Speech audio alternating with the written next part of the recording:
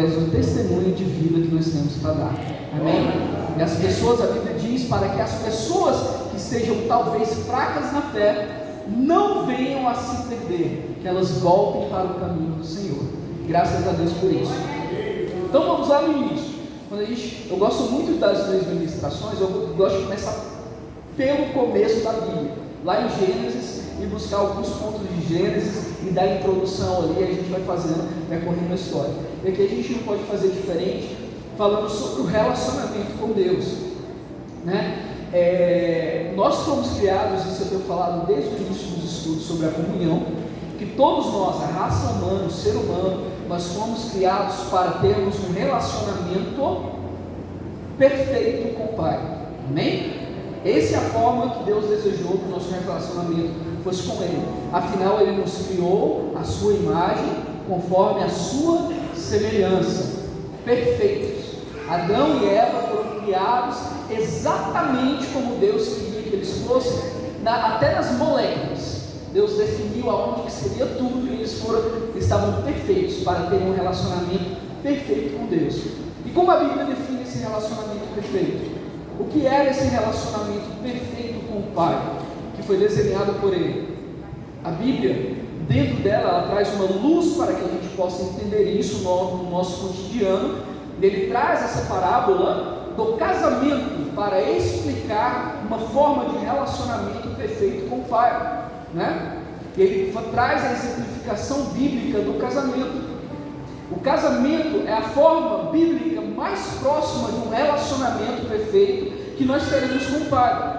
É a pessoa que nós escolhemos para estar acordando do lado, é o nosso cônjuge, é a pessoa a qual nós temos as nossas conversas mais confidenciais, participamos dos nossos momentos carnais mais íntimos e prazerosos, e a pessoa que você pode estar aonde você estiver, aconteceu alguma coisa, é a pessoa com quem você pode contar, é a pessoa que durante todos os dias você toca, você pelo menos dá um abraço ou pega na mão. Se não pega, você te falta.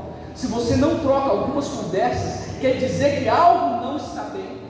E com o passar dos dias, com a intimidade do casal vai aumentando, e a pessoa levanta, se ela não conversa com você, ou foi para o trabalho, você ficou dormindo, ela chega no trabalho, só pelo olhar, às vezes até de um jeito, uma postura física, se ela chega e encosta no lugar, você já sabe que a pessoa não está bem.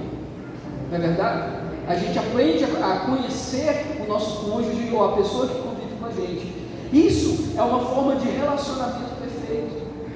É para que nós tivéssemos essa presença de Deus Pai conosco. E a gente vê isso lá no Éden. Diz na história da criação de Adão e Eva que todos os dias, no final do dia, quando estava mais fresco, o que Deus fazia, Deus Pai? Ele descia e ele ia caminhar no jardim com Adão e Eva, não era verdade? Todos os dias. E se a gente continuar lendo e entendendo aqui, você vê que mesmo depois da queda de Adão e Eva, quando eles pecam e se afastam, caem da graça do Senhor, quando eles escutam, eles já estavam acostumados a escutar os passos do Pai. Eles estão ali após o pecado com os olhos abertos, conhecendo ali o bem e o mal, e quando eles escutam o coração, o andar do Pai no jardim, o que eles fazem?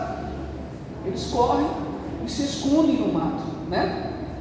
E o que é interessante sobre essa história da criação de Adão e Eva, quando eles perdem a comunhão com o Senhor, antes de a gente chegar nesse significado da perca da comunhão, o que é que eles perderam? Interessante é como Deus Pai chega neles, né, para conversar. E ele mostra ali a árvore do bem e do mal, a árvore do conhecimento do bem e do mal. Fala para eles: olha, não coma da árvore. A autoridade, o poder não estava no fruto, mas estava na palavra de Deus sobre aquela árvore. Estava no comando de Deus para que eles não comessem da árvore. Não estava, o poder não estava no fruto, mas estava no comando de Deus. Eles desobedecem, provam da árvore, provam do fruto, os olhos são abertos, né? Têm ciência do bem e do mal, perdem algo, escutam Deus Pai vindo. E é interessante quando Deus se aproxima, e Deus, conhecedor de todas as coisas, sabedor, onisciente, onipresente, sabendo tudo que está acontecendo no universo, chega no jardim e fala: Adão, Eva, Cadê vocês? Né? Cadê vocês? E Adão e Eva falam: olha, a gente está escondido aqui atrás desse mato aqui, desse arbusto. E Deus pergunta novamente, com as suas características inerentes, sabedor de todas as coisas, conhecedor de tudo, onipresente, onipotente. Ele pergunta novamente para Adão e Eva: por quê? Adão, por que você está escondendo aí atrás? Ah, Senhor, eu pequei, nós comemos do fruto. Adão, o que foi que aconteceu? Aí já entra uma característica humana muito grande, né? Deus pergunta para Adão: o que foi que aconteceu? Ele: Deus, essa mulher que o Senhor deu para mim, ó, ela comeu do fruto e me deu também, culpa dela. Eu me lembro muito, quando eu leio essa passagem bíblica, eu me lembro muito de quando eu era criança. Eu devia ter uns 5 anos de idade. A gente morava na roça. Nós morávamos numa fazenda lá em Araguaçu, no ano que dividiu Goiás e Tocantins. Araguaçu é uma cidadezinha que fica bem na risca de Goiás e Tocantins. E nós morávamos numa fazenda de plantação de arroz. E o rapaz que nos levou para aquela fazenda, meu pai ainda não era cristão direito. Ele foi contratado como jagunço desse cara. Ele era pistoleiro, motorista, e esse cara era dono da fazenda e era um político lá da região. Ele contratou meu pai para ser o segurança dele. E nós fomos morar nessa fazenda. A gente morava numa cabana que tinha sido construída, que era mais ou menos como daqui na parede ali até na porta, e era um paiol. Eu não sei, acho que todo mundo já escutou essa palavra. Um paiol é uma casinha feita de argila de palha, com telhado de palha, meio arredondado, só que na frente não tinha parede, e a varanda feita de palha se estendia mais. Era o local onde o pessoal guardava as sacas de arroz, que naquela época eram aqueles sacos marrom, da fibra grossa. O pessoal mais antigo lembra. Então fizeram a parede da frente de sacas de arroz, e ficou o lugar da porta aberto. E como todo bom pessoa que já foi pobre sabe que quando não tem porta, a gente coloca o quê? Um lençol, né? Para fazer a porta. Tinha esse lençol que fazia a entrada da casa. Eu me lembro muito bem, uma das coisas que eu lembro daquela época, a primeira delas era que quase todo dia eu era picado de marimbondo. Quase todo dia eu era picado de marimbondo, tinha muito marimbondo na palha da casa. Eu me lembro de chorar por pão e a gente não ter o que comer. E outra coisa que eu me lembro bem é que uma das únicas coisas tecnológicas que a gente tinha dentro de casa, a única que eu me lembro, era um radinho, aqueles radinhos AM, FM, pequenininho, que tinha uma antena que você puxava assim, esticava, e tinha um botão grande assim do lado. O pessoal mais antigo lembra, né? Que tinha uma fitinha vermelha assim na frente, passava para um lado e para o outro. Obrigado, irmão. E eu lembro todos os dias, meu pai chegava do trabalho, nós deitávamos na rede, e eu me lembro de escutar, deitado na rede, todo dia eu dormia com meu pai, deitado na rede, escutando a Voz do Brasil. Parava, interrompia, entrava aquele som da Voz do Brasil. Aí eu lembro muito bem, em Brasília, 19 horas, né? Em Brasília, 19 horas. E esse radinho, naquela época, era a única coisa chique que a gente tinha de casa. Nós éramos muito, muito, muito pobres. Pobres de maré, né? E eu lembro de meu pai sair de casa e ele falava pra gente: olha, vocês podem fazer o que vocês quiserem, brinquem do jeito que vocês quiserem, vão pro córrego, ande aí no meio do mato, brinque com enxada, mas não mexam no meu radinho. E aconteceu que eu sou o mais novo lá de casa. Eu tenho um irmão mais velho, Joel, ele é pastor, e tenho a minha irmã mais velha de nós dois.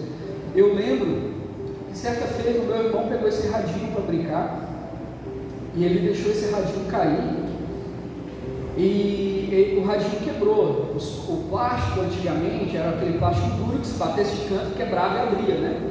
Então ele pegou esse radinho, ele montou de novo, colocou aquelas pilhas grossas dentro, eram duas, e colocou lá no lugar. Só que antes de ele colocar no lugar, ele me chamou e falou: Israel, vem aqui, vamos brincar aqui com o rádio do meu pai. Não vou brincar não tem problema, vamos brincar aqui. E ele pegou e entregou o radinho na minha mão, depois que o rádio já tinha sido quebrado. E eu brincando com o rádio, a tampa do fundo solta, a pilha cai, eu olhei e comecei a chorar. desesperado, pronto, quebrou o radinho, quebrei o radinho. Meu pai vai me bater, desesperado, com medo de tomar uma surra do meu pai. Colocamos o radinho montado e tal, colocamos lá de volta. Na hora que meu pai chegou, pegou o radinho desmontou na mão dele. A pilha caiu no chão e saiu rolando assim, simplesmente, fugindo dele. E meu pai já escutou o grito lá de dentro: quem foi que quebrou o rádio? E meu irmão levantou a voz: eu, o Israel, estávamos brincando e nós quebramos o radinho, né?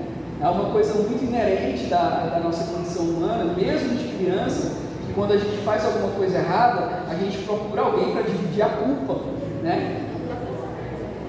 E Adão e Eva, eles tinham um pecado, e quando Adão é confrontado com o pecado, a sua natureza humana vem à tona, a natureza pecaminosa surge pela primeira vez ali na vida de Adão, e a primeira coisa que ele faz é tentar empurrar o pecado que era dos dois, mas declarar que a culpa maior era de Eva, não é verdade? Só que se você for ler a Bíblia lá, e dá-se a impressão, e às vezes você vê ministrantes pregando e falando, dá-se a impressão que Eva estava sozinha, né? Que Eva estava andando sozinha no jardim, mas não estava não, Adão estava com ela. Leia a Bíblia, você vai ver, Adão estava do lado de Eva quando ela foi tentada.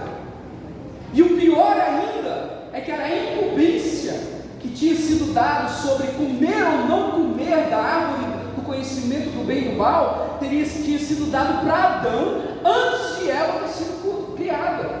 E era a incumbência de Adão ensinar para Eva o que era certo e o que não era. E ele tinha falhado na sua incumbência. E a gente tem essa tendência, aqui no Brasil talvez não, mas lá na África, entre os homens africanos, como é uma cultura muito patriarcal, que o homem é um homem grande, então quando se vai para a igreja, a mulher não tem chance, tem que sentar no chão, como eu já falei para vocês. Os homens sentam na cadeira, a mulher senta no chão com as crianças, e parte disso é justificado às vezes pelos irmãos, porque foi por culpa da mulher que nós estamos nessa condição pecaminosa. Só que eu quero dizer para vocês, mulheres, talvez tenha até sido por causa da culpa de Eva que o pecado entrou no mundo, mas através de Maria a salvação entrou no mundo também. Se houve queda através das mulheres, a remissão da raça humana entrou no mundo através das mulheres também. E Deus ali restaura a condição de mulher. E agora a mulher não mais anda atrás, ela anda do lado do homem, parceira, fiel. Isso é bíblico. Amém, queridos? A Bíblia e a história do desenvolvimento do plano de Deus para restaurar a comunhão do homem com Ele.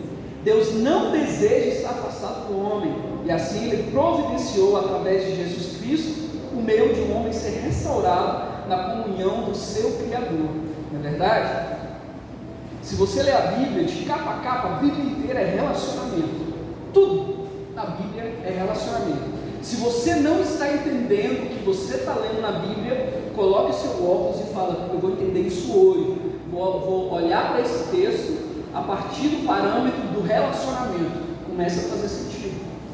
E se você já tem a experiência de ler a Bíblia de Gênesis a Apocalipse, você vai ver que Deus, principalmente lá no Antigo Testamento, vez após vez, Deus começa a ensaiar, Ele começa a mostrar como será a restauração do homem para esse relacionamento com Ele. Apesar de o homem ter caído, a primeira grande demonstração que houve depois disso, da queda do homem, e quando a gente fala na igreja, pregamos na igreja, falamos: olha, o homem caiu da graça de Deus, é verdade? Só que fica subentendido muita coisa, e às vezes a gente não para pensar, não para perguntar. Quando é falado na igreja que o homem caiu da graça de Deus, ele perde algo. O que você acha que o homem perdeu? A comunhão. E como essa comunhão seria identificada num relacionamento pessoal com o Pai? O que foi perdido ali? Lembre-se do exemplo que eu dei antes, do casamento. Intimidade. Falta o que mais? Da nossa comunhão com Deus hoje. O que falta da nossa comunhão com o Pai hoje? Obediência. Mas falta o quê? A gente falta o quê? Falta toque. Falta toque. A gente não toca mais no Pai. A gente não olha mais nos olhos de Deus Pai. A nossa condição de pecadores, dessa inerência do pecado em nós, não nos permite mais ver o Pai face a face. Isso é bíblico. Se você for olhar para a história de Moisés, Moisés literalmente o cara escolhido por Deus para libertar o seu povo, e ali dá início literalmente o início da fundação, o cumprimento da promessa que havia sido feita em Abraão 500 anos depois. Escolhe Moisés. Em determinado momento Moisés pede para ver a face do Pai. O que é que Deus fala para ele? Você não pode. Por quê? Porque se você ver, você vai morrer. O Pai, ele é tão justo, ele é tão puro, e ele não se rebaixa na sua qualidade de puro e perfeito para ninguém, nem para o Filho, nem para Jesus. E isso, nós vemos isso no momento da crucificação, quando os nossos pecados são depositados em Jesus na cruz do Calvário. Aquela conexão eterna de Pai e Filho, Jesus sendo Deus Filho com Deus Pai, ali naquele momento ela é cortada. No momento que ela é cortada, Jesus sente o baque. E a Bíblia diz que ele olha para si e grita: Elohim, Elohim, lama sabachthani. Deus meu, por que me desamparaste? Pela primeira vez em toda a eternidade, a conexão entre Deus Pai e Deus Filho é cortada por amor a mim e a você, por amor a nós. Essa é a importância do amor do Pai conosco. Mas Deus Pai, ele não se rebaixa para nós, para o nosso nível de pecador, mas ele envia Deus Filho para morrer por nós, para nos restaurar a santidade e o propósito para quem ele nos desenhou, para que um dia nós possamos estar em glória, sentado com ele, à sua mesa, desfrutando dos prazeres que ele vai nos dar. Isso é salvação, queridos. Isso é comunhão com Deus. É o desejo do Deus Pai, é estar presente conosco. Ele nos criou. A Bíblia, no Salmo 139, Davi tem aquela revelação maravilhosa, impressionante até para ele mesmo, que quando ele declara no Salmo 139, ele fala: olha, Deus, de uma forma maravilhosa e terrível eu fui criado, e mesmo dentro do ventre da minha mãe, ali estava o Senhor comigo, e todos os dias da minha vida estavam sendo escritos no livro. Você sabe o que isso quer dizer? Que Deus tem um plano para cada um de nós. É isso que isso quer dizer. Se você vem para a igreja, você tem escutando durante muito tempo: olha, Deus tem um plano para você, é baseado no Salmo 139. Essa revelação que Davi, durante a revelação, a primeira parte da revelação, quando ele começa a ter essa revelação da presença de Deus, aonde ele estiver, aonde nós estivermos, ali o Espírito Santo vai estar. Ele começa a declarar: Deus, essa revelação é tão grande, é tão massiva, que mesmo eu declarando ela com os meus lábios, eu não consigo compreendê-la completamente. Salmo 139, irmãos. Deus, ele não abre mão de você. Olha para o irmão que está do seu lado, fala para ele: Deus não abre mão de você. Amém? Agora faz assim, ó, pega no ombro do seu irmão, pega no ombro dele, dá uma sacudida assim, ó, dá uma sacudida, olha dentro do olho dele. Não, vocês estão com vergonha. Olha dentro do olho e segura o olhar. Fala assim: olha, Deus não abre mão de você.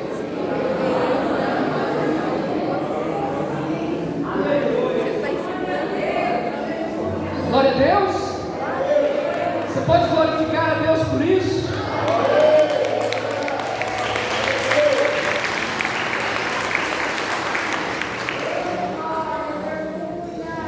precisa ouvir isso.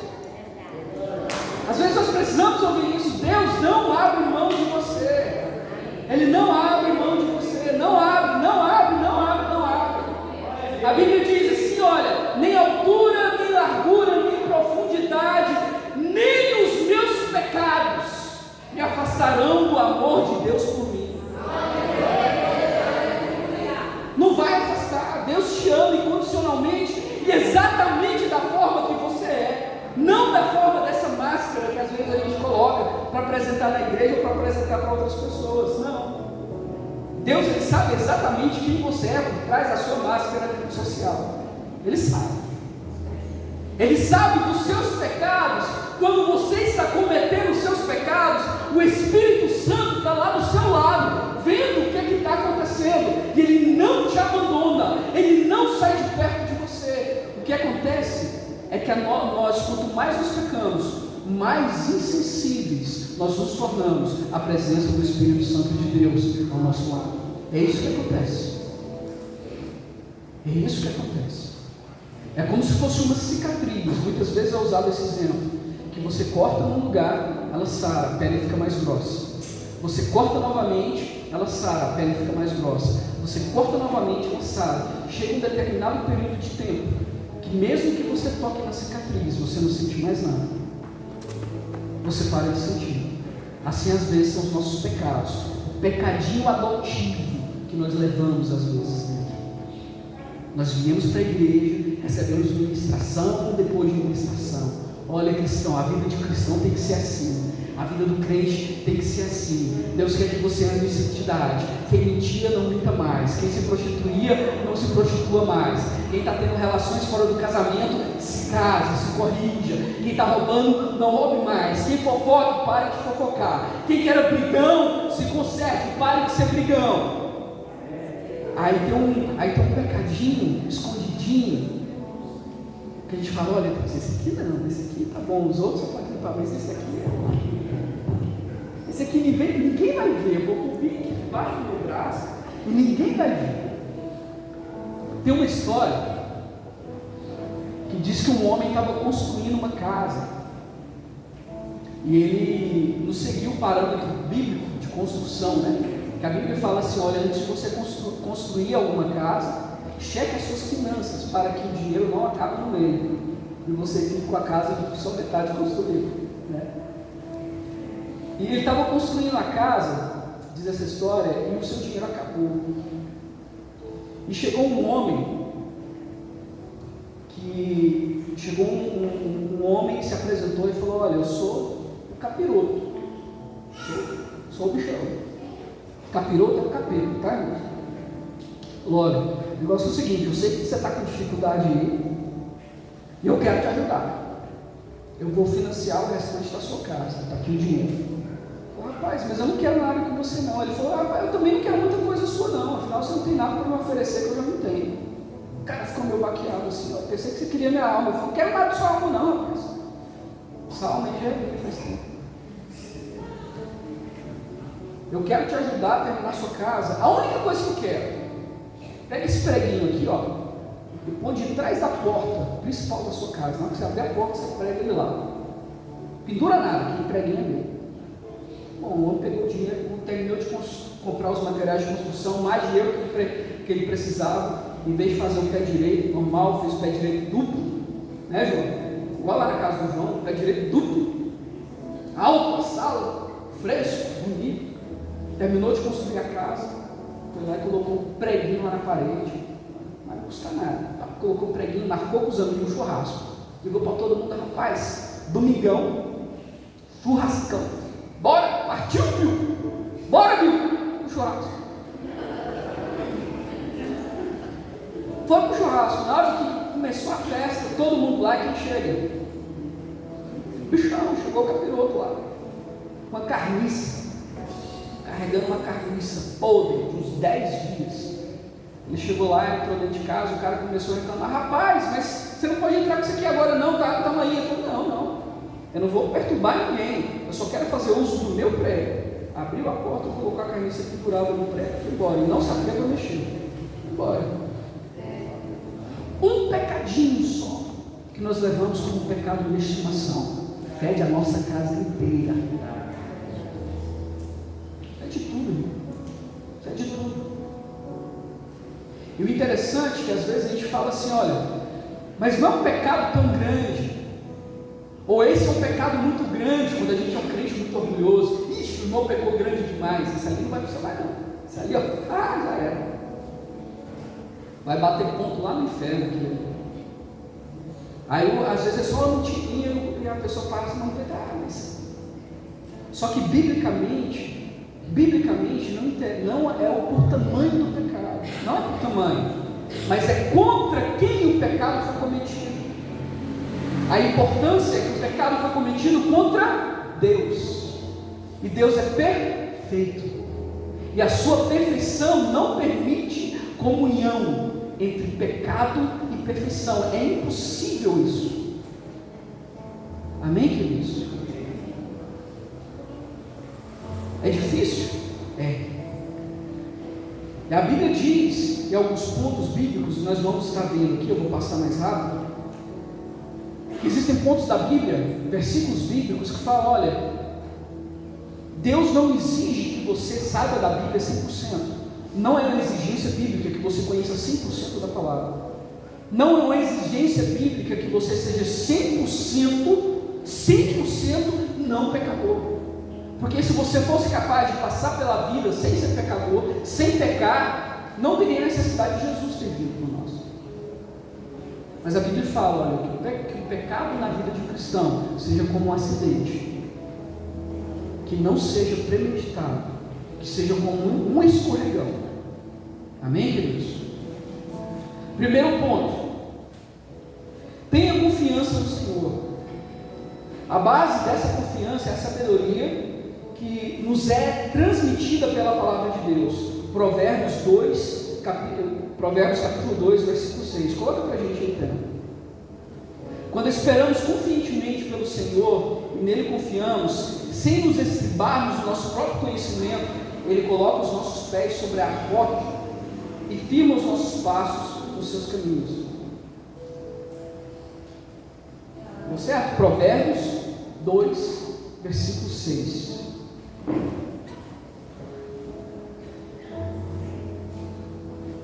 Porque o Senhor dá a sabedoria, da sua boca é que vem o conhecimento e o entendimento. A palavra de Deus é transmitida para nós nos cultos, amém, queridos? Amém? Amém. Primeiro, ela começa um processo de restauração na pessoa que somos. Tem uma parábola que Jesus usa, falando sobre a casa que dois homens estavam construindo uma casa, né? Que a casa firmada sobre a rocha e a outra firmada sobre a areia, não é isso? Você já leu esse texto bíblico? Geralmente é falado que ali Jesus, o Senhor é a nossa rocha, né? Geralmente é pregado assim, o Senhor é a rocha. Mas aquele exemplo bíblico, na verdade, o que está dizendo é sobre o nosso trabalho, a nossa parte. Ali naquela parábola, em momento nenhum é dito que Jesus é a rocha, no qual nós estamos sendo firmados. O significado daquela parábola é para que na nossa fundação, nosso papel de buscar conhecimento bíblico e entendimento bíblico não pode ser raso. Você não vai fazer a fundação da sua casa e cavar só 30 centímetros e começar a colocar cimento em cima da areia. Vai cair, vai rachar tudo. O que aquela parábola está querendo dizer é que nós temos que cavar até acharmos rocha firme, para que em cima da rocha firme nós colocamos a nossa fundação. Significa o quê? Que nós temos que fazer a nossa parte. Nós temos que estudar a Bíblia, procurar saber mais, procurar mais entendimento. Isso nos dá confiança no Senhor. Quanto mais estudamos a Bíblia, quanto mais experimentamos do Senhor, mais a nossa confiança cresce. Na verdade, nós estivemos falando sobre isso, sobre oportunidades. Por exemplo, você está orando, olha Deus, faça como Pedro, né? Pedro era bom demais, eu gosto mais de Pedro. Pedro lá vem Jesus andando sobre as águas, os discípulos tudo gritando: olha, vamos morrer, é assombração, vai pegar a gente, né? Todo mundo pescador, cheio de crenças, vem Jesus andando sobre as águas, mas também logo Jesus vai andar sobre as águas na tempestade, né? E vem andando sobre as águas, os discípulos olham para Jesus e falam: vamos morrer. Aí Jesus fala o quê? Não temam, sou eu, Jesus. Amém? O que é que Pedro faz? Pedrão, cabra macho, levanta no barco e grita: se é mesmo o Senhor, se é mesmo o meu Senhor, então me comande que eu vá andar sobre as águas. Vai te encontrar. O que é que acontece? Pedro desce do barco e pela sua primeira vez na vida, pescador, ele pisa sobre o mar e não afunda. Lá vai lá Pedro, andando, as ondas passando debaixo dele, subindo, descendo com as ondas, e olhando para Cristo, focado em Cristo. E o interessante é o seguinte: Jesus não chamou ninguém para descer do barco. Jesus falou: olha, sou eu estou chegando. E Pedro tomou a atitude, Pedro teve a disposição, e falou: olha, se é mesmo o Senhor, me comande que eu vá participar do milagre junto com o Senhor.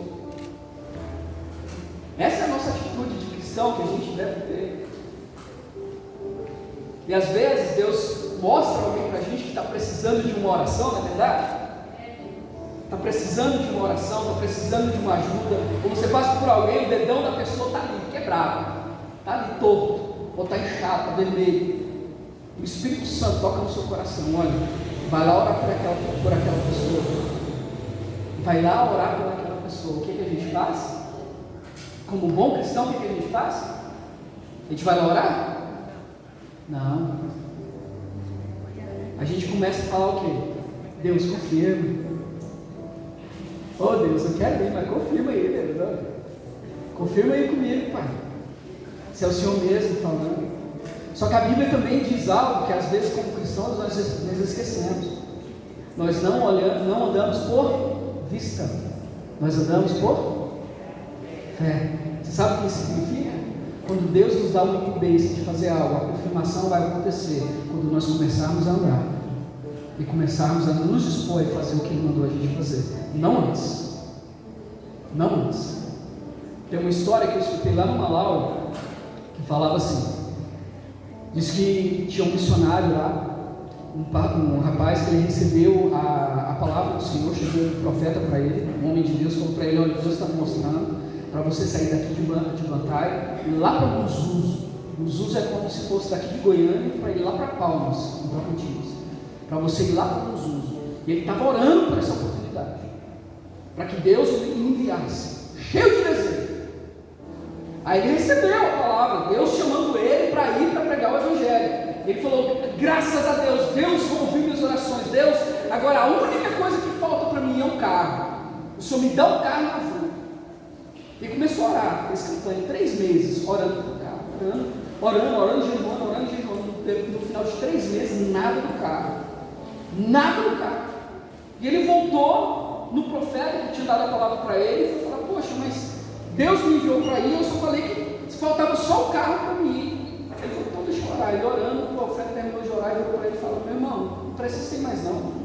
Deus me revelou que ele já enviou outro que foi de bicicleta. Não precisa mais não.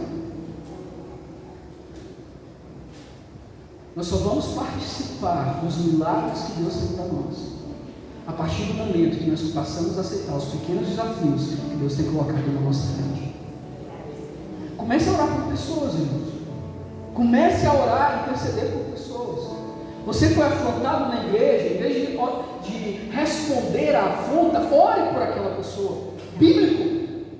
Você foi afrontado no trabalho, estão te perseguindo aonde você trabalha. Apresente ao Senhor com orações e súplicas. Se levante com ações de graça. Mude a história.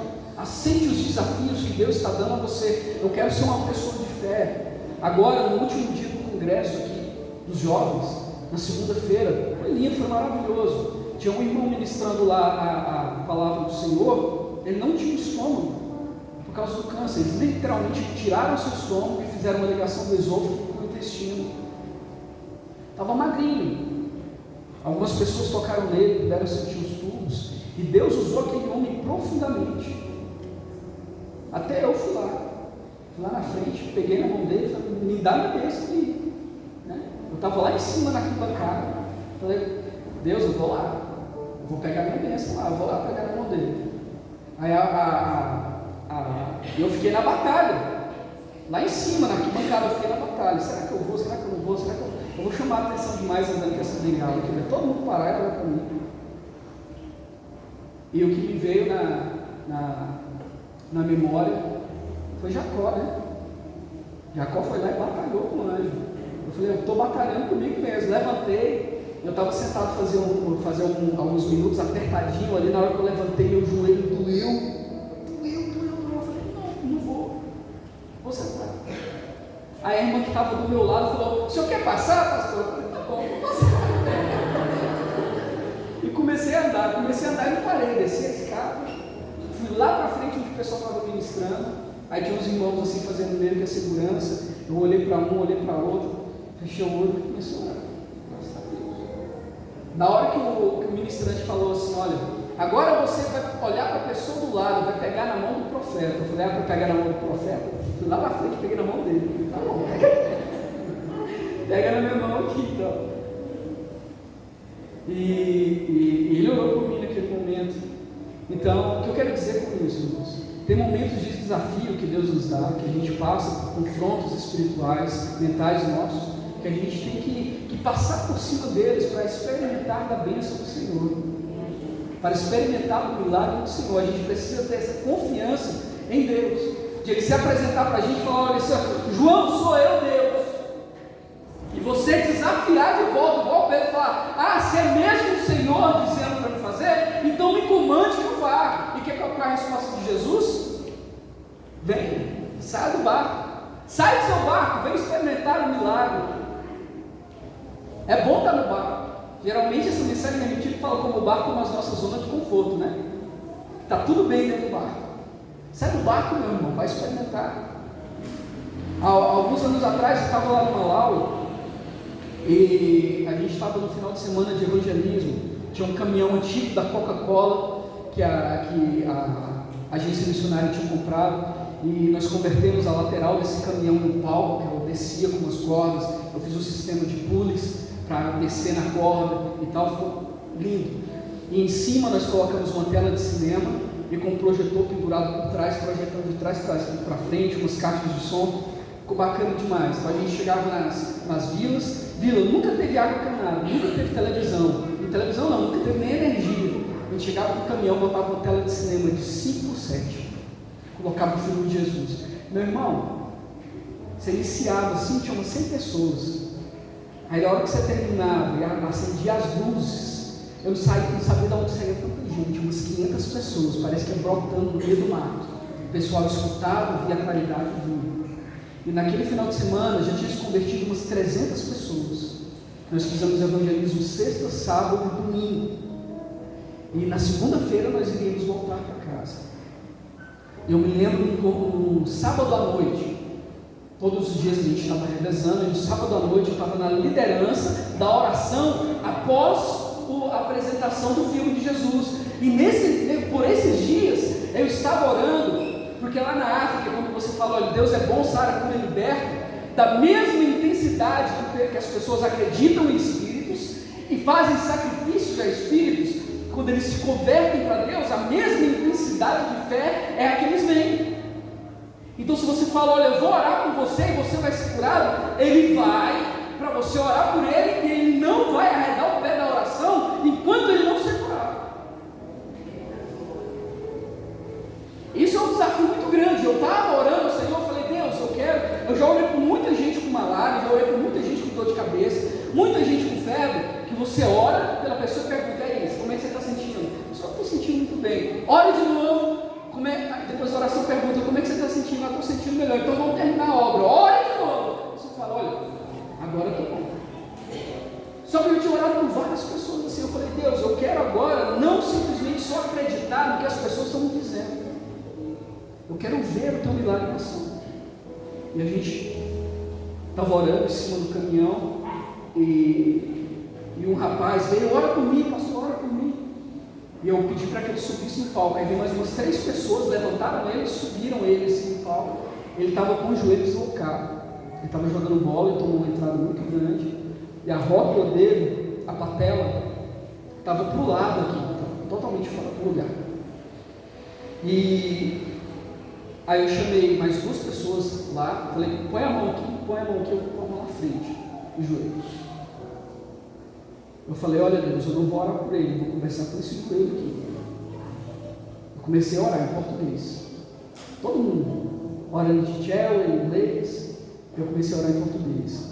Eu falei, joelho, eu falo com você agora, em nome do Senhor Jesus. Se o meu Deus, o Deus que eu tenho orado, é um Deus de verdade, e se a Bíblia é um livro verdadeiro, eu te comando agora, em nome de Jesus, que você volte para o seu lugar. Meus irmãos, o milagre foi maior para mim do que para ele. Eu senti o joelho, a rótula voltando no lugar da minha mão. Na minha mão, a rótulazinha passando assim, encaixando. Sempre essa perna. Ele levantou, eu falei, como é que está? O joelho estava bem inchado. Ele pegou, voltou para o lugar. Eu falei, então pega o microfone. Peguei o microfone, entreguei o microfone para ele. Falei, dá o testemunho para todo mundo ver. Aí ele foi testemunhar que eu tinha orado, que nós tínhamos orado e que o joelho tinha sido curado. Só que eu dei o microfone para ele para eu poder chorar no meu canto. Porque é assim, meus irmãos, Deus dá um desafio para a gente passa por um desafio, e quando a gente passa, nós somos tocados e vemos que realmente é Deus fazendo a obra, a nossa fé aumenta, a nossa confiança em Deus, ela é aumentada. E assim que funciona o nosso relacionamento com o Pai, é assim que deve ser. Os pequenos desafios, eu falei aqui na outra ministração, Deus não vai pedir para você ressuscitar o morto, se você não curou por alguém enfermo, Ele não vai, não é assim que funciona. Aceite os pequenos desafios que Deus tem proposto para nós, amém, queridos?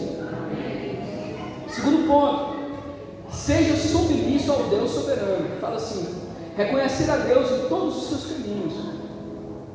É o parte do texto que nós lemos no início, que fala assim, reconhece em todos os seus caminhos, e Ele endireitará as tuas veredas. Reconheça a ação do Senhor em todos os seus. Isso significa o que? Na minha casa, reconheça a ação do Senhor. Significa o quê? O que é que isso está querendo dizer? O que a Bíblia está dizendo para a gente? Faça um exercício mental.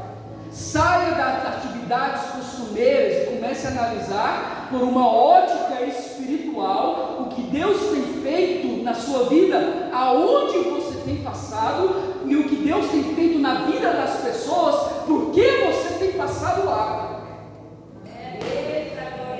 Comece a analisar que diferença você tem feito dentro da sua casa, em todas as suas veredas, em todos os seus caminhos. Que diferença a sua oração tem feito na vida dos seus familiares? Qual é a diferença que a sua oração tem feito na vida das pessoas que trabalham com você? Qual é a diferença que o seu testemunho tem feito lá na sua faculdade? Qual é a diferença que o seu testemunho tem feito lá no futebol? Qual que é a diferença? Tem surtido alguma diferença a sua presença ali? Tem feito alguma diferença? Esse é o desafio do Senhor. Analise você mesmo a sua vida e contemple debaixo da soberania de Deus o que Ele tem feito na vida de outras pessoas, através do seu testemunho, das suas orações, do que você tem feito, do que você tem se disposto a fazer por Deus. Você está vendo a proposta do Senhor de renovar a nossa visão sobre nós mesmos? Renovar a nossa visão sobre a liderança, a forma como analisamos a nós mesmos, como o meu relacionamento tem influenciado o crescimento dos meus irmãos dentro da igreja, como a minha oração tem ajudado, somado na oração do meu irmão para que ele cresça e tenha um romper em fé na vida do Senhor. O testemunho que o Marta deu deu aqui hoje sobre a vida do primo dele. Que coisa melhor, meus irmãos, é você orar, analisar e ver que a sua oração surtiu efeito. Só que às vezes nós só oramos por bênçãos, esse é o problema. A gente vem para a igreja achando que a igreja é supermercado, que a gente veio para buscar, vou lá buscar a minha bênção financeira. Eu vou lá e quando quando aqui na frente nós vamos falar um pouquinho sobre os bens. Quando a gente vai abençoar com os bens, a gente não quer que Deus simplesmente nos abençoe, que Ele nos abençoe 7 vezes mais, 70 vezes mais, 10 vezes mais. Essa é a intenção. E aqui em Provérbios 9, vamos ler lá Provérbios 9, fala assim: honra o Senhor com a tua fazenda e com as primícias da tua renda. A primícia da tua renda é o melhor que você tem. Não é o que sobrou, é o melhor. Da sua fazenda quer dizer de tudo que você possui, apresente ao Senhor.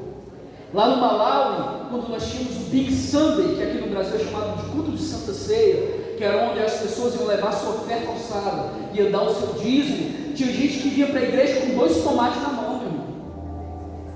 Tinha gente que vinha para a igreja com uma canequinha de milho. Tinha gente que vinha para a igreja com um ovo.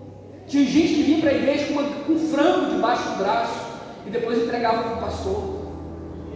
Mas oferecia da sua fazenda, do Deus que Deus tinha dado para ele, retornava para a casa do Senhor dentro das suas condições. E condições não é só dinheiro, não é só os 10 reais, os 2 reais, não. É o que você pode oferecer. Pastor, eu estou desempregado. Venha para a igreja, ofereça serviço. Fala, pastor, essa semana eu lavo a igreja. Eu vou limpar a igreja, eu vou ajudar a irmã. Pastor, eu não posso, não tenho tempo. Eu não posso vir aqui na igreja, tenho um problema nas costas. Devolva ao Senhor o que Ele tem te dado, fôlego de vida. Vá para uma praça, sente no banco e fale sobre o Senhor para a pessoa que está do seu lado. 24 horas, todos os dias eu tenho te dado. Dedique 2 horas e 40 minutos. Fale com a pessoa do amor do Senhor que está do seu lado. Se é só isso que você tem para dar para Deus, é somente o seu fôlego de vida, dê de volta para o Senhor que Ele deu para você. Pregue da palavra do Senhor e veja o que Deus vai fazer na vida das pessoas, porque você finalmente se dispôs. Você quer ser um missionário? Quer ver milagres acontecendo? É muito bom, irmão. É muito bom. Pensa numa coisa boa, é orar por alguém e aquela pessoa ser curada. Pensa numa coisa boa. Mas pensa numa coisa difícil, é se você deparar com a situação e romper, acreditar no Senhor. Sabe por quê? O que acontece assim. Vem aqui, amor. Dá um exemplo aqui. Deus fala assim: Armando, olha lá para o pé do João. O Espírito Santo fala com Armando: Armando, olha lá o pé do João. Canela inchada, com dores, está pisando torto. Olha lá. O que é que acontece? Do outro lado tem uma vozinha que fala assim: Armando, falar um negócio para você, meu irmão. Estou falando que nós é brother. Se eu fosse, eu não ia não. Porque se você for e orar e não acontecer nada, olha quem está sentado ali, ó. O Daniel. Se o Daniel ver que você for lá e for orar e não acontecer nada, aí o Daniel vai saber que tem alguma coisa errada na sua vida espiritual, que você está carregando pecado aí. Se eu fosse, eu não ia não. O Espírito Santo vem do outro lado e fala: Armando, vai lá, Armando, ora por ele. Armando, vai lá, ora por ele. Aí o espírito maligno vem do outro lado e fala: rapaz, eu já falei, você não ia. Você lembra o que você fez semana passada? Rapaz, eu estava lá, meu filho. Se eu fosse, eu não ia não. Se você for e você orar e nada acontecer, todo mundo da igreja, ó, todo mundo olhando para você, todo mundo vai saber que você fez alguma coisa errada. Se eu fosse, não ia. O Espírito Santo vem do outro lado e fala assim: Armando, seus pecados já foram perdoados na cruz do Calvário. Vai lá e faz o que eu te mando fazer. Essa é a diferença, irmãos. Obrigado, Armando. Essa é a diferença de nós termos um entendimento que os nossos pecados foram perdoados na cruz do Calvário. Amém? Nós não fazemos o que fazemos. Preste bem atenção nessa frase, porque ela é linda demais. Eu uso ela demais. Assim, ó, nós não fazemos o que fazemos como cristãos para sermos salvos. Isso não é bíblico. Nós não fazemos o que fazemos como cristãos para sermos salvos. Nós fazemos o que fazemos como cristãos porque somos salvos. Amém, queridos? Você entende isso? Jesus não vai morrer na cruz do Calvário por você. Ele já morreu na cruz do Calvário por você. Ele já morreu.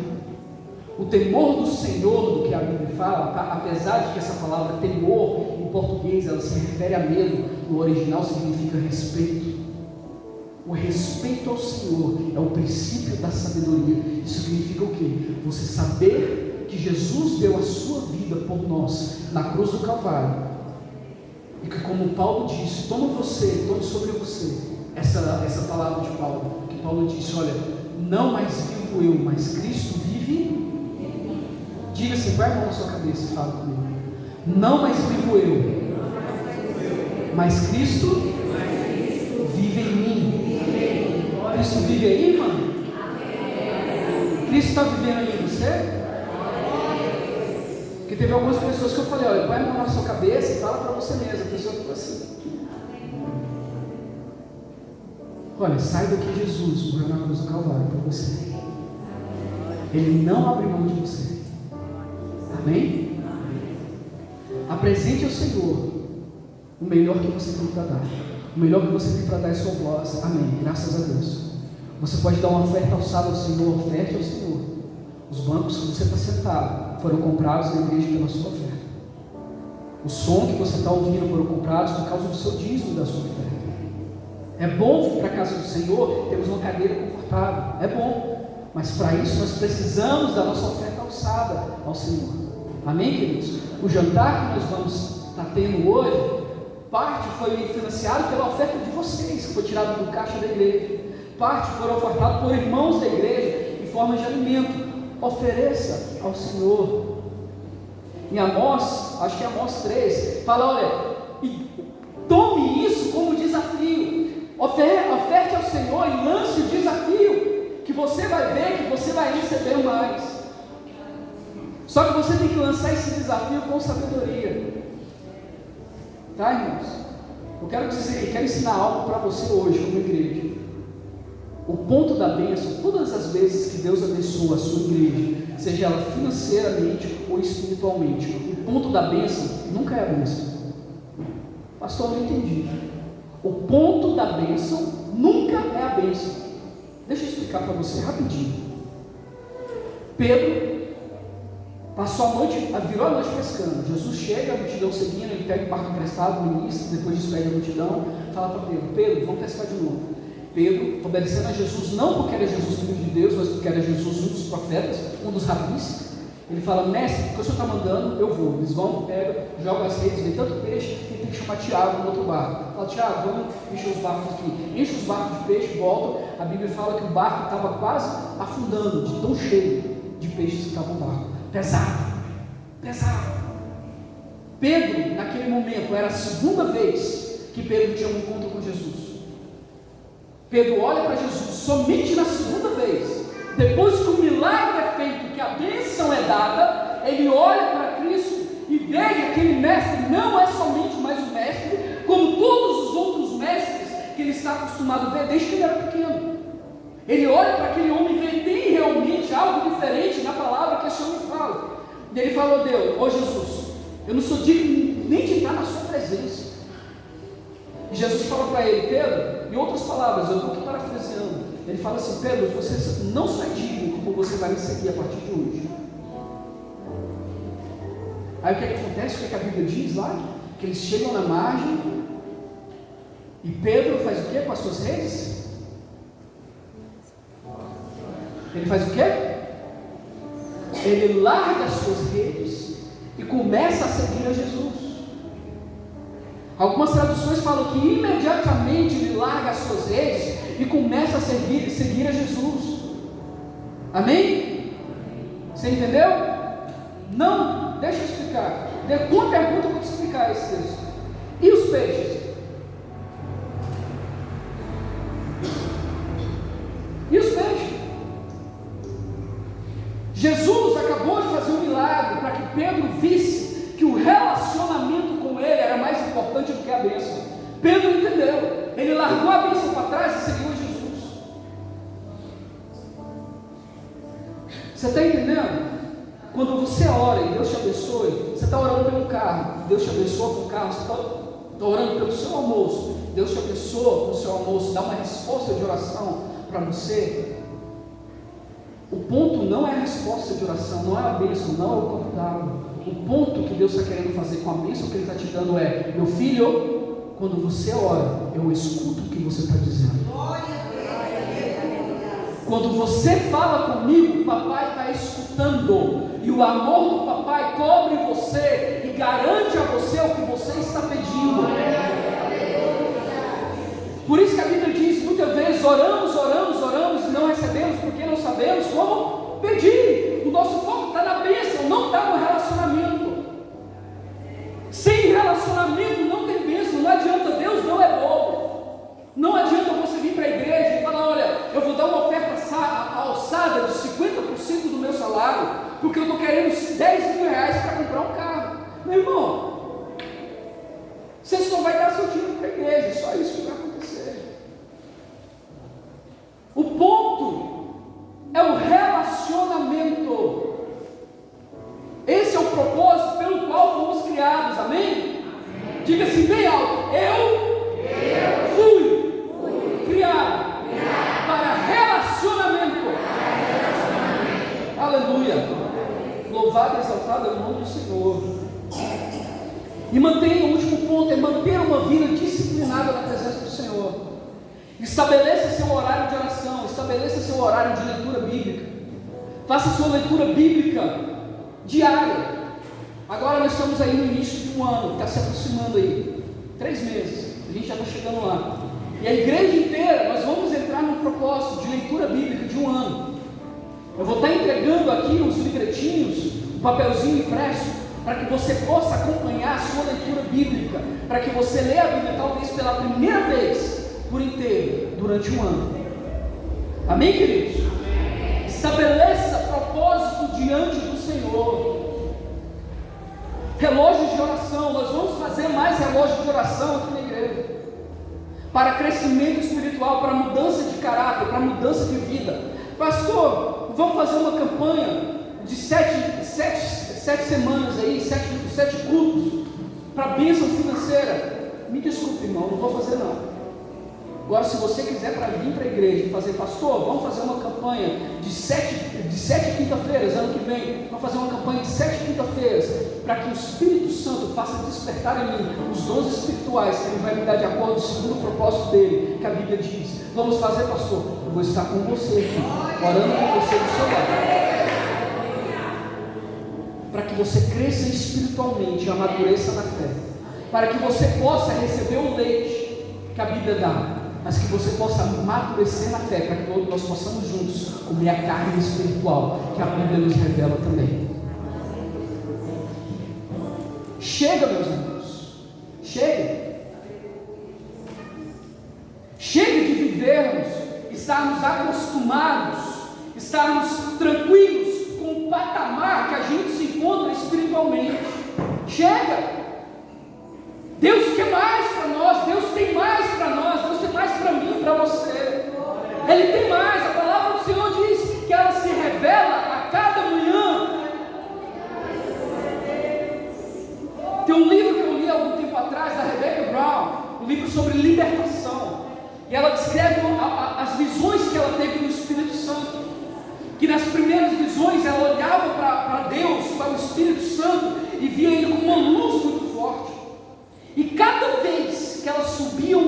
ela era desafiada em uma área da sua vida, e ela passava pela prova e era sucedida, ela olhava para Deus e estava mais brilhante ainda. E no momento ela para e pergunta, ela fala: mas Espírito Santo, me explica esse negócio, porque toda vez que eu passo por uma prova, eu passo por uma dificuldade, e com sua direção eu consigo passar por ela. Quando eu olho para o Senhor está mais brilhante. O que está acontecendo? Por que o Senhor está mudando? O Espírito Santo olhou para ela e falou assim: eu não estou mudando não, quem está mudando é você. É a sua visão ao meu respeito que está sendo transformada. É a revelação que você tem ao meu respeito que está sendo clarificada. A imagem que você tem de mim está ficando mais nítida, mais precisa. Chega, meus irmãos, de ficar pecando o mesmo pecado a vida inteira. Chega! Chega! É a ira, chega! É pecado da carne, chega! É roubo, chega! É mentira, chega! É prostituição, chega! Em nome de Jesus, diga comigo, em nome de Jesus! Chega! O tempo de mudança chegou. O tempo de transformação é chegado na sua vida. Diga glória a Deus por isso. Glória a Deus por isso. Diga assim comigo: para trás de mim, Satanás. Para frente só vitória. Graças a Deus. Coloque suas prioridades na presença do Senhor. Invista no seu relacionamento. Quando você estava começando a namorar, procurando aí para entrar no relacionamento, você teve que sacrificar o relacionamento com amigos para dedicar sua esposa. Você teve que sacrificar seu relacionamento com amigas para dedicar ao seu noivo, ao seu namorado. O que você vai oferecer ao Senhor como sacrifício para que você tenha mais tempo para Ele? Qual vai ser o seu sacrifício? O que você vai estar sacrificando? Na ministração passada, de domingo, nós falamos: olha, a carne peleja contra o Espírito, e o Espírito peleja contra a carne, porque a carne quer parar o que o Espírito está querendo fazer que você faça. Não foi isso que nós estudamos na lição passada? O que isso quer dizer? Monta um relógio de oração. Você pega o horário de 2 horas da manhã. Um exemplo: pega o horário de 2 horas da manhã para você levantar, orar e interceder pelo crescimento espiritual da igreja. 2 horas da manhã o celular toca. Primeira coisa que vem na mente: eu não vou levantar da cama não. Eu vou orar deitado aqui, Deus vai receber. É a sua carne começando a militar contra o Espírito. O Espírito está dizendo: levanta com voz profética e ora para que Deus abençoe o crescimento da casa dele. E a carne está falando: mas eu estou tão cansado, o sono estava tão bom. Meu irmão, defina hoje o que a sua vida espiritual vai ser amanhã. Decida hoje o que a sua vida espiritual vai ser amanhã. Faça propósitos diante do Senhor e seja fiel nesses propósitos. Amém? Vamos orar? Nos coloque de pé.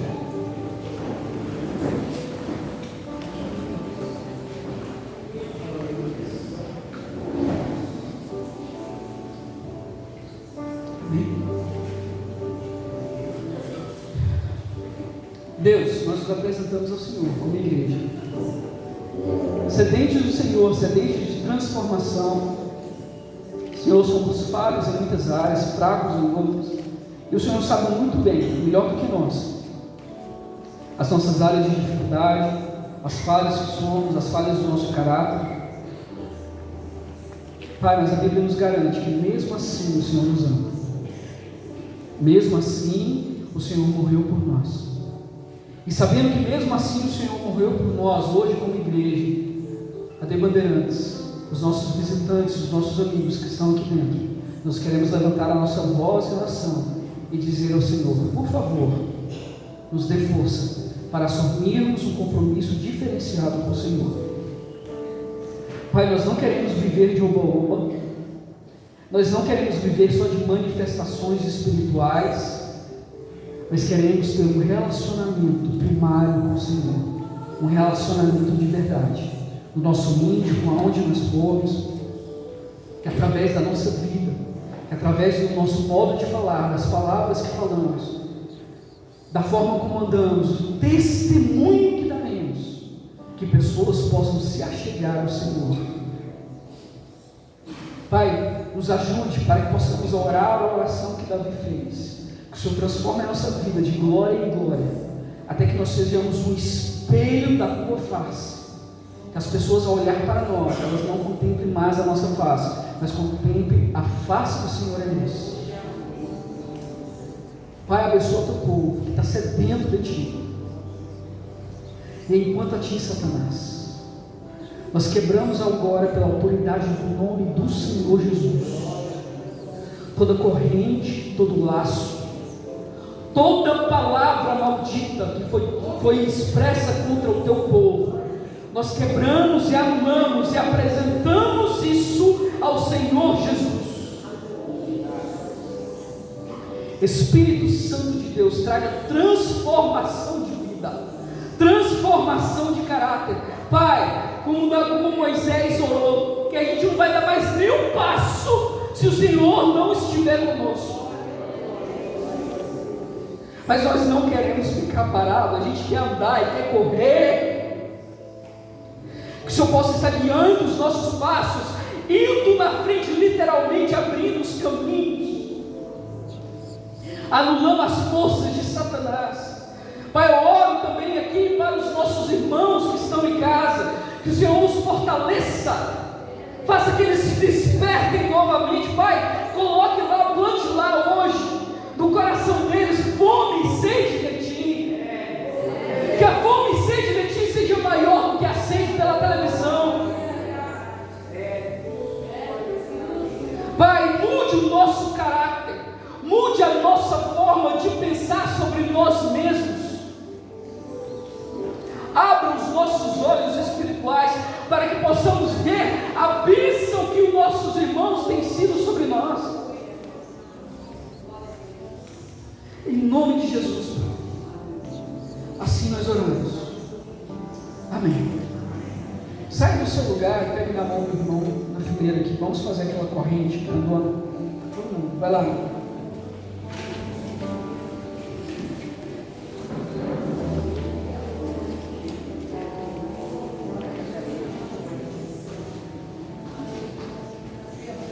Olhe para o seu irmão, olhe para ele do lado, dá uma apertadinha na mão dele assim, faz assim, ó. Devagarzinho, não precisa machucar ele não, faz assim.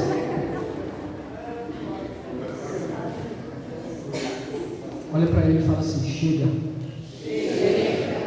chega, está na hora de crescer. Amém? Pergunta para ele, amém?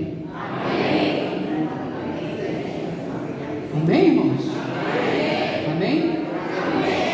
Vamos dizer juntos assim: Satanás, você não mais tem autoridade sobre a minha vida. Eu te repreendo em nome de Jesus. O Senhor me garante a vitória. Aleluia.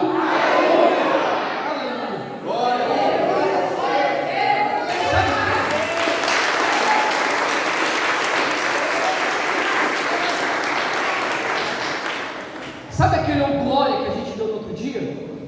Aquele que você puxa lá do diafragma assim, sabe? Vamos dar um glória daquele para expulsar os capetas, uns 10 quilômetros daqui, vamos? Vamos?